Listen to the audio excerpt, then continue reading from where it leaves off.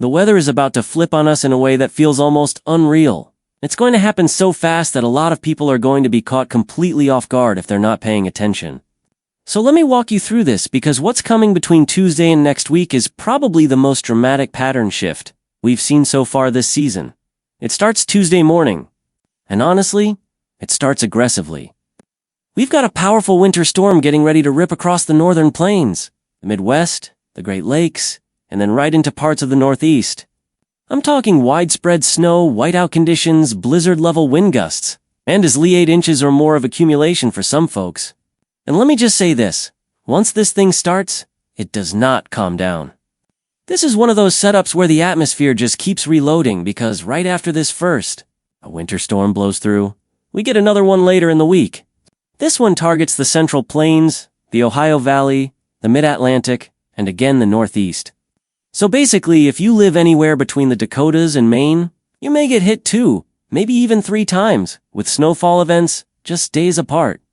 These storms barely give you time to shovel your driveway before the next round shows up, but that's not even the part that concerns me the most, because right behind all this, we have an Arctic blast, a serious one, gearing up to dive straight out of Canada on Thursday. And I want to be very clear, this isn't your typical 2-day cold front where temperatures drop and then bounce right back. This is a long-duration, dangerous cold snap. Wind chills will be brutal. For a lot of people, we're going to be talking several days straight with below-zero temperatures. Frostbite-level cold. Tens of millions of people affected, by the way. If you'd like specific weather forecasts for your region or city, please leave them in the comments. I'll answer them individually as time allows. Also, if you like the video and subscribe to my channel, you'd be very grateful. Now, let's move on. So today, I'm going to break down exactly what this pattern change means.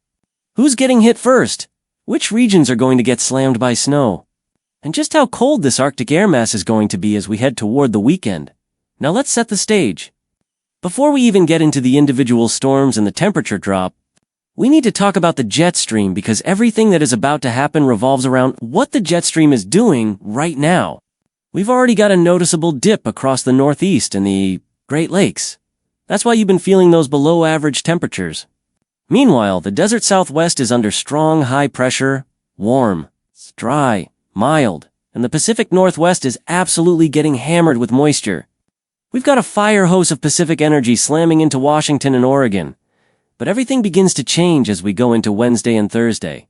A major winter storm begins to take shape across the northern plains, the upper Midwest, and the Great Lakes. And honestly, this thing means business.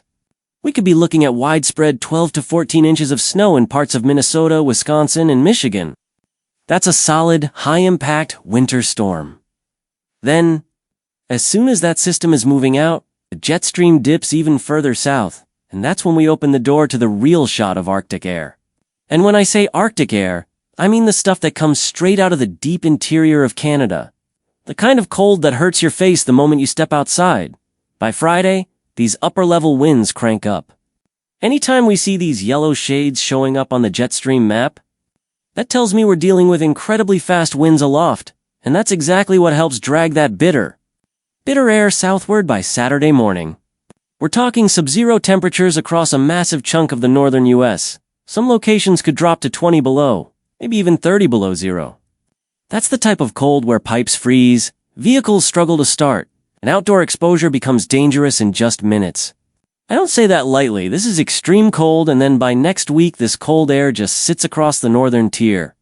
It is anchored. It refuses to budge. The big question mark is how far south this cold air goes. Does it reach deep into the southeast? Does it make it to the Gulf Coast?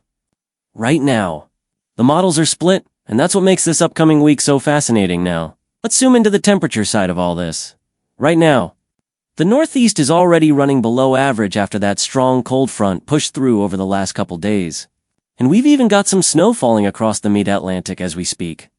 But meanwhile, the plains and west coast are warm, well above average. But watch what happens on Wednesday. An Alberta Clipper drops out of Canada, bringing snow to the northern plains, Midwest, Great Lakes, and Northeast. But more importantly, it opens the door to the first wave of colder air, however. And this is important. That's not the big cold blast. That's just the warning shot. The real cold comes Thursday, night into Friday. That's when temperatures begin to crash across the Dakotas. Montana, Minnesota, Wisconsin, Iowa, the whole region. Then by Friday night, the cold surges into the Midwest Ohio Valley and Great Lakes. And the question becomes, does this cold air keep diving south? We have two possible scenarios. Scenario 1, the extreme case. The Arctic blast dives deep and reaches the southeast. This would mean over 100 million people east of the Rockies get hit with severe cold. I'm talking widespread single digits teens, and dangerous wind chills all the way down to the Gulf Coast. Scenario 2, the more likely case, the jet stream stays flatter. More zonal. That keeps the cold air bottled up in the northern states. Still brutally cold, but not making that deep dive south. All signs right now suggest Scenario 2 is more likely, but Scenario 1 is not off the table. So if you're in the south or southeast, keep a close eye on updates. Now let's talk about the snow, because we're looking at 3 different winter storm setups in just a single week.